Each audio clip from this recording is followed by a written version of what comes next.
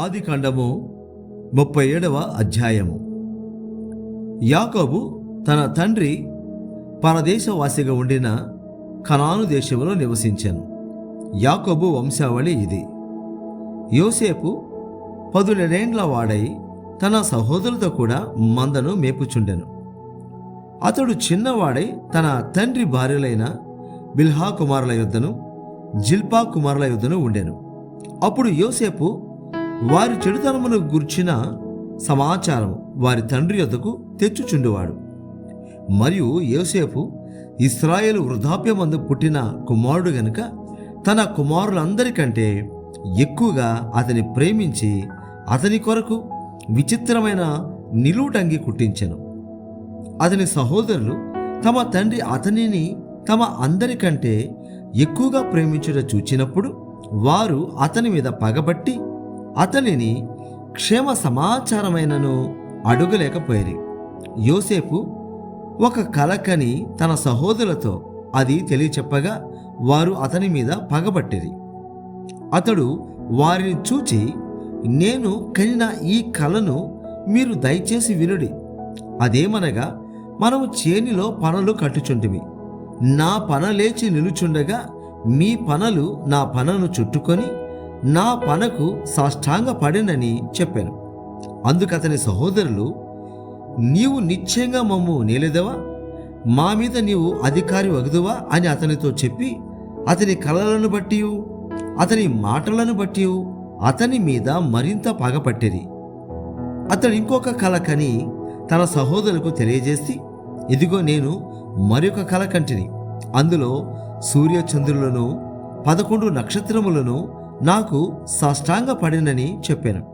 అతడు తన తండ్రితోనూ తన సహోదరులతోనూ అది తెలియచెప్పినప్పుడు అతని తండ్రి అతనితో, నీవు కనిన ఈ కల ఏమిటి? నేను నీ తల్లియు నీ సహోదరులను నిశ్చయముగా వచ్చి నీకు సాష్టాంగ పడుదుమా అని అతనిని గద్దించారు. అతని సహోదరులు అతని యందు అసూయపడిరి. అయితే అతని తండ్రి ఆ మాట జ్ఞాపకముంచుకొనెను. అతని సహోదరులు షెకెములో తమ తండ్రి మందను మేపుటకు వెళ్ళిరి.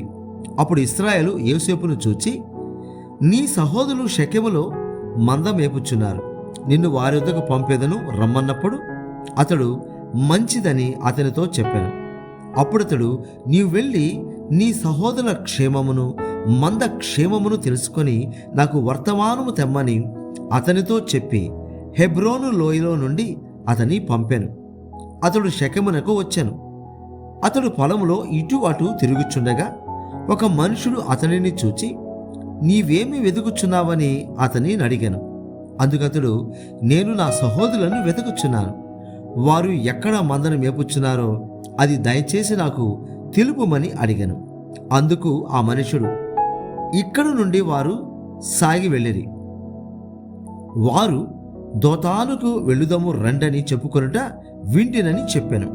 అప్పుడు యోసేపు తన సహోదరుల కోసం వెళ్ళి దోతానులో వారిని కనుగొనేను.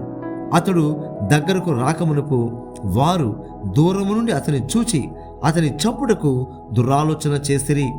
వారు, ఇదిగో ఈ కలలు కనువాడు వచ్చుచున్నాడు, వీని చంపి ఇక్కడనున్న ఒక గుంటలో పారవేసి దుష్టమృగము వీని తినివేసినని చెప్పుదాము. అప్పుడు వీని కలలేమగనో చూతము రండని ఒకరితో ఒకడు మాటలాడుకొనిరి. రూబేను ఆ మాట విని, మనము వారిని చంపరాదని చెప్పి వారి చేతులలో పడకుండా అతని విడిపించెను. ఎట్లనగా, రూబేను అతని తండ్రికి అతన్ని అప్పగించుటకై వారి చేతులలో పడకుండా అతని విడిపింపదలచి, రక్తము చిందింపకుడి, అతనికి హాని ఏమీ చేయక అడవిలోనున్న ఈ గుంటలో అతని పడద్రోయుడని వారితో చెప్పెను. యోసేపు తన సహోదరుల యొద్దకు వచ్చినప్పుడు వారు యోసేపు అంగీని అతడు తొడుగుకొని యుండిన ఆ విచిత్రమైన నిలువుటంగిని తీసివేసి అతని పట్టుకొని ఆ గుంటలో పడద్రోసిరి. ఆ గుంట వట్టిది, అందులో నీళ్లు లేవు. వారు భోజనం చేయ కూర్చుండి కన్నులెత్తి చూడగా ఐగుప్తునకు తీసుకొని పోవుటకు గుగ్గిలము మస్తకియు బోళమును మోయిచున్న ఒంటెలతో ఇష్మాయేలీయులైన మార్గస్థులు గిలాదు నుండి వచ్చుచుండరి. అప్పుడు యూదా, మనము మన సహోదరుని చంపి వాని మరణము దాచి పెట్టినందువలన ఏమి ప్రయోజనము? ఈ ఇష్మాయేలీయులకు వానిని అమ్మివేదము రండి, వాడు మన సహోదరుడు, మన రక్త సంబంధి కదా, వానికి హాని ఏమీ చేయరాదని తన సహోదరులతో చెప్పెను. అందుకతని సహోదరులు సమ్మతించిరి. మిద్యానీయులైన వర్తకులు ఆ మీదుగా వెళ్ళుచుండగా వారు ఆ గుంటలో నుండి యోసేపును పైకి తీసి ఆ ఇష్మాయేలీయులకు 20 తులముల వెండికి అతనిని అమ్మివేసిరి. వారు యోసేపును ఐగుప్తునకు తీసుకొని పోయిరి. రూబేను ఆ గుంటకు తిరిగి వచ్చినప్పుడు యోసేపు గుంటలో లేకపోగా అతడు తన బట్టలు చింపుకొని తన సహోదరుల యొద్దకు తిరిగి వెళ్ళి, చిన్నవాడు లేడే, అయ్యో నేనెక్కడికి పోదుననగా వారు యోసేపు అంగిని తీసుకొని ఒక మేకపిల్లను చంపి దాని రక్తములో ఆ అంగి ముంచి ఆ విచిత్రమైన నిలువుటంగిని పంపగా వారు తండ్రి యొద్దకు దానిని తెచ్చి, ఇది మాకు దొరికెను, ఇది నీ కుమారుని అంగి అవునో కాదో గుర్తుపట్టమని చెప్పిరి. అతడు దానిని గుర్తుపెట్టి, ఈ అంగి నా కుమారునిదే, దుష్టమృగము వానిని తినివేశాను. యోసేపు నిశ్చయముగా చీల్చబడిననెను. యాకోబు తన బట్టలు చింపుకొని తన నడుమున గోనెపట్ట కట్టుకొని అనేక దినములు తన కుమారుని నిమిత్తము అంగలార్చుచుండగా అతని కుమారులందరూ అతని కుమార్తెలందరూ అతనిని ఓదార్చుటకు యత్నము చేసిరి. అయితే అతడు ఓదార్పు పొందనొలక, నేను అంగలార్చుచు మృతుల లోకమునకు నా కుమారుని యొద్దకు వెళ్ళదనని చెప్పి అతని తండ్రి అతని కోసము ఏడ్చాను. మిద్యానీయులు ఐగుప్తునకు అతని తీసుకొని పోయి ఫరోక ఉద్యోగస్తుడును రాజ సంరక్షక సేనాధిపతియునైన పోతీఫరునకు అతనిని అమ్మివేసిరి. ఆదికాండము 38వ అధ్యాయము. ఆ కాలమందు యూదా తన సహోదరులను విడిచి హీరా అను అదుల్లామీయుని యొద్ద ఉండుటకు వెళ్ళెను. అక్కడ షూయా అను ఒక కనానీయుని కుమార్తెను యూదా చూచి ఆమెను తీసుకొని ఆమెతో పోయెను. ఆమె గర్భవతి కుమారుని కనగా అతడు వానికి ఏరు అను పేరు పెట్టెను. ఆమె మరలా గర్భవతి కుమారుని కని వానికి ఓనాను అను పేరు పెట్టెను. ఆమె మరలా గర్భవతి కుమారుని కని వానికి షేలా అను పేరు పెట్టెను. ఆమె విని కనినప్పుడు అతడు కస్దీబులో నుండెను. యూదా తన జ్యేష్ఠ కుమారుడైన ఏరునకు తామారు అను దానిని పెండ్లి చేశాను. యూదా జ్యేష్ఠ కుమారుడైన ఏరు యెహోవా దృష్టికి చెడ్డవాడు గనుక యెహోవా అతని చంపెను. అప్పుడు యూదా ఓనానుతో, నీ అన్న భార్య వద్దకు వెళ్ళి మరిది తరము జరిగించి నీ అన్నకు సంతానము కలుగజేయమని చెప్పాను. ఓనాను ఆ సంతానం తనది కానేరదని ఎరిగి ఆమెతో పోయినప్పుడు తన అన్నకు సంతానము కలుగజేయకుండునట్లు తన రేతస్సును నేలను విడిచెను. అతడు చేసినది యెహోవా దృష్టికి చెడ్డది గనుక ఆయన అతని కూడా చంపెను. అప్పుడు యూదా, ఇతడు కూడా ఇతని అన్న వలె చనిపోవునేమో అనుకొని, నా కుమారుడైన షేలా పెద్దవాడగు వరకు నీ తండ్రి ఇంట విధవరాలుగా నుండుమని తన కోడలైన తామారుతో చెప్పాను. కాబట్టి తామారు వెళ్ళి తన తండ్రి ఇంట నివసించాను. చాలా దినములైన తరువాత షూయా కుమార్తె అయిన యూదా భార్య చనిపోయాను. తరువాత యూదా దుఃఖ నివారణ పొంది అదుల్లామీయుడైన హీరా అను తన స్నేహితునితో తిమ్నాతునకు తన గొర్రెల బొచ్చు కత్తిరించు వారి యొద్దకు వెళ్ళాను. దాని మామ తన గొర్రెల బొచ్చు కత్తిరించుటకు తిమ్నాతునకు వెళ్ళుచున్నాడని తామారునకు తెలుపబడాను. అప్పుడు షేలా పెద్దవాడైనప్పటికీ తాను అతని కీయబడకుండుట చూచి తన వైదవ్య వస్త్రములను తీసివేసి ముసుగు వేసుకొని శరీరమంతయు కప్పుకొని తిమ్నాతునకు పో మార్గములో నుండు ఏనాయిము ద్వారంన కూర్చుండగా యూదా ఆమెను చూచి ఆమె తన ముఖము కప్పుకొని నందున వేశ్య అనుకొని ఆ మార్గమున ఆమె దగ్గరకు పోయి ఆమె తన కోడలను తెలియక నీతో పోయేదను రమ్మని చెప్పాను.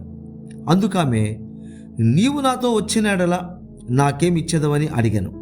అందుకతడు, నేను మందల నుండి మేకపిల్లను పంపెదనని చెప్పినప్పుడు ఆమె, అది పంపు వరకు ఏమైనా కుదువ పెట్టిన ఎడలా సరే అని చెప్పాను. అతడు, నేను నీ యొద్ద ఏమి కుదువ పెట్టవలనని అడిగినప్పుడు ఆమె, నీ ముద్రయు దాని దారమును నీ చేతి కర్రయునని చెప్పాను. అతడు వాటిని ఆమెకిచ్చి ఆమెతో పోయాను. ఆమె అతని వలన గర్భవతి అయ్యాను. అప్పుడు ఆమె లేచిపోయి తన ముసుగు తీసివేసి తన వైదవ్య వస్త్రములను వేసుకొనెను. తరువాత యూదా ఆ స్త్రీ యొద్ద నుండి ఆ కుదువను పుచ్చుకొనుటకు తన స్నేహితులకు అదుల్లామీయుని చేత మేకపిల్లను పంపినప్పుడు ఆమె అతనికి కనబడలేదు.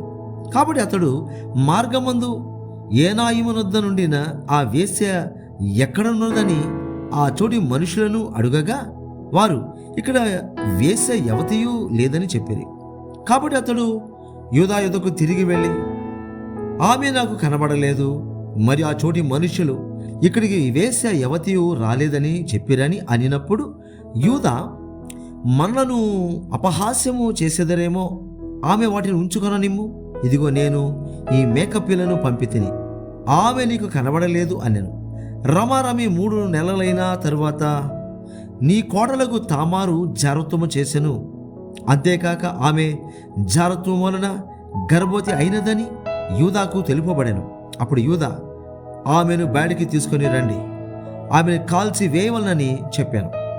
ఆమెను బయటికి తీసుకొని వచ్చినప్పుడు ఆమె తన మామ యొద్దకు ఆ వస్తువులను పంపి, ఇవి ఎవరివో, ఆ మనుషుల వలన నేను గర్భవతినైతేని, ఈ ముద్ర, ఈ దారం, ఈ కర్ర ఎవరివో దయచేసి గుర్తుపట్టమని చెప్పించాను. యూదా వాటిని గుర్తుపట్టి, నేను నా కుమారుడైన షేలాను ఆమెకు ఇయ్యలేదు గనుక ఆమె నాకంటే నీతిమంతురాలని చెప్పి మరి ఎప్పుడునూ ఆమెను కూడలేదు. ఆమె ప్రసవ కాలమందు కవలవారు ఆమె గర్భమందుండిరి. ఆమె ప్రసవించుచున్నప్పుడు ఒకడు తన చెయ్యి బయటికి చాచెను గనుక మంత్రసాని ఎర్రనూలు తీసి వాని చేతికి కట్టి, ఇతను మొదట బయటికి వచ్చినని చెప్పాను. అతడు తన చెయ్యి వెనుకకు తీసినప్పుడు అతని సహోదరుడు బయటకు వచ్చాను. అప్పుడు ఆమె, నీవేళ భేదించుకొని వచ్చితివన్నాను. అందుచేత అతనికి పెరెస్సు అను పేరు పెట్టబడెను. తరువాత తన చేతిని తొగరుగల అతని సహోదరుడు బయటికి వచ్చాను. అతనికి జరహు అను పేరు పెట్టబడెను. ఆదికాండము 39వ అధ్యాయం. యోసేపును ఐగుప్తునకు తీసుకొని వచ్చినప్పుడు ఫరో యొక్క ఉద్యోగస్తుడును రాజ సంరక్షక సేనాధిపతియునైన పోతీఫరునొక ఐగుప్తీయుడు అక్కడికి అతన్ని తీసుకొని వచ్చిన ఇష్మాయేలీయుల నొద్ద అతన్ని కొన్నెను. యెహోవా యోసేపునకు తోడై ఉండెను గనుక అతడు వర్ధిల్లుచు తన యజమానుడగు ఆ ఐగుప్తీయుని యొంట నుండెను. యెహోవా అతనికి తోడై ఉండెననియు అతడు చేసినదంతయు అతని చేతిలో యెహోవా సఫలము చేసిననియు అతని యజమానుడు చూచినప్పుడు యోసేపు మీద అతనికి కటాక్షము కలిగెను గనుక అతని యొద్ద పరిచర్య చేయువాడాయెను. మరియు అతడు తన ఇంటి మీద విచారణకర్తగా అతన్ని నియమించి తనకు కలిగినదంతయు అతని చేతికి అప్పగించాను. అతడు తన ఇంటి మీదను తనకు కలిగినదంతటి మీదను అతని విచారణకర్తగా నియమించిన కాలము మొదలుకొని యెహోవా యోసేపు నిమిత్తము ఆ ఐగుప్తుని ఇంటిని ఆశీర్వదించెను. యెహోవా ఆశీర్వాదము ఇంటిలోనేమి పొలములోనేమి అతనికి కలిగిన సమస్తము మీదను ఉండెను. అతడు తనకు కలిగినదంతయు యోసేపు చేతికి అప్పగించెను. తాను ఆహారము తినుడు తప్ప తనకేమి ఉన్నదో ఏమి లేదో విచారించిన వాడు కాదు. యోసేపు రూపవంతుడును సుందరుడునై ఉండెను. అటు తరువాత అతని యజమానుని భార్య యోసేపు మీద కన్ను వేసి తనతో శయనించమని చెప్పాను. అయితే అతడు ఒప్పక, నా యజమానుడు తనకు కలిగినదంతయు నా చేతికి అప్పగించను గదా, నా వశమున తన ఇంటిలో ఏమి ఉన్నదో అతడు ఎరుగడు. ఈ ఇంటిలో నాకంటే పైవాడు ఎవడనూ లేడు. నీవు అతని భార్య అయినందున నిన్ను తప్ప మరి దేనిని నాకప్పగింపక ఉండలేదు. కాబట్టి నేనెట్లు ఇంత ఘోరమైన దుష్కార్యము చేసి దేవునికి విరోధంగా పాపము కట్టుకొందునని తన యజమానుని భార్యతో అనెను. దినదినము ఆమె యోసేపుతో మాట్లాడుచుండెను గాని అతడు ఆమెతో శయనించుటకైనను ఆమెతో నుండుటకైనను ఆమె మాట విన్నవాడు కాడు. అట్లుండగా ఒకనాడు అతను తన పని మీద ఇంటి లోపలికి వెళ్ళినప్పుడు ఇంటి మనుషులలో ఎవరనూ అక్కడ లేరు. అప్పుడు ఆమె అతని వస్త్రము పట్టుకొని తనతో శయనింపుమని చెప్పగా అతడు తన వస్త్రమును ఆమె చేతిలో విడిచిపెట్టి తప్పించుకొని బయటికి పారిపోయాను. అతడు తన వస్త్రమును ఆమె చేతిలో విడిచి తప్పించుకొని పోవుట ఆమె చూచినప్పుడు తన ఇంటి మనుషులను పిలిచి, చూడుడి, అతడు మనలను ఎగతాళి చేయుటకు ఒక హెబ్రీయుని మన యుద్ధకు తెచ్చి ఉన్నాడు. నాతో శయనింపవలనని వీడు నా యుద్ధకు రాగా నేను పెద్ద కేక వేసి తిని, నేను బిగ్గరగా కేక వేయటవాడు విని నా దగ్గర తన వస్త్రమును విడిచిపెట్టి తప్పించుకొని బయటికి పారిపోయినని వారితో చెప్పి అతని యజమానుడు ఇంటికి వచ్చే వరకు అతని వస్త్రము తన దగ్గర ఉంచుకొనెను. అప్పుడు ఆమె తన భర్తతో ఈ మాటలు చొప్పున చెప్పాను, నీవు మన యుద్ధకు తెచ్చిన ఆ హెబ్రీ దాసుడు నన్ను ఎగతాళి చేటుకు నా యుద్ధకు వచ్చాను. నేను బిగ్గరగా కేక వేసినప్పుడు వాడు తన వస్త్రము నా దగ్గర విడిచిపెట్టి తప్పించుకుని బయటికి పారిపోయిన నేను. కాబట్టి అతని యజమానుడు ఇట్లు నీ దాసుడు నన్ను చేసినని తన భార్య తనతో చెప్పిన మాటలు విన్నప్పుడు కోపముతో మండిపడి అతనిని పట్టుకొని రాజు ఖైదీలు బంధింపబడు చెరసాలలో వేయించెను. అతడక్కడ చెరసాలలో ఉండెను. అయితే యెహోవా యోసేపునకు తోడయుండి అతని యందు కనికరపడి అతని మీద ఆ చెరసాల యొక్క అధిపతికి కటాక్షము కలుగునట్లు చేశాను. చెరసాల అధిపతి ఆ చెరసాలలోనున్న ఖైదీలనందరినీ యోసేపు చేతికి అప్పగించాను. వారక్కడ ఏమి చేసిరో అదంతయు అతడే చేయించువాడు. యెహోవా అతనికి తోడై ఉండెను గనుక ఆ చెరసాల అధిపతి అతని చేతికి అప్పగింపబడిన దేని గూర్చి విచారణ చేయక ఉండెను. అతడు చేయునది యావత్తు యెహోవా సఫలమగినట్లు చేశాను.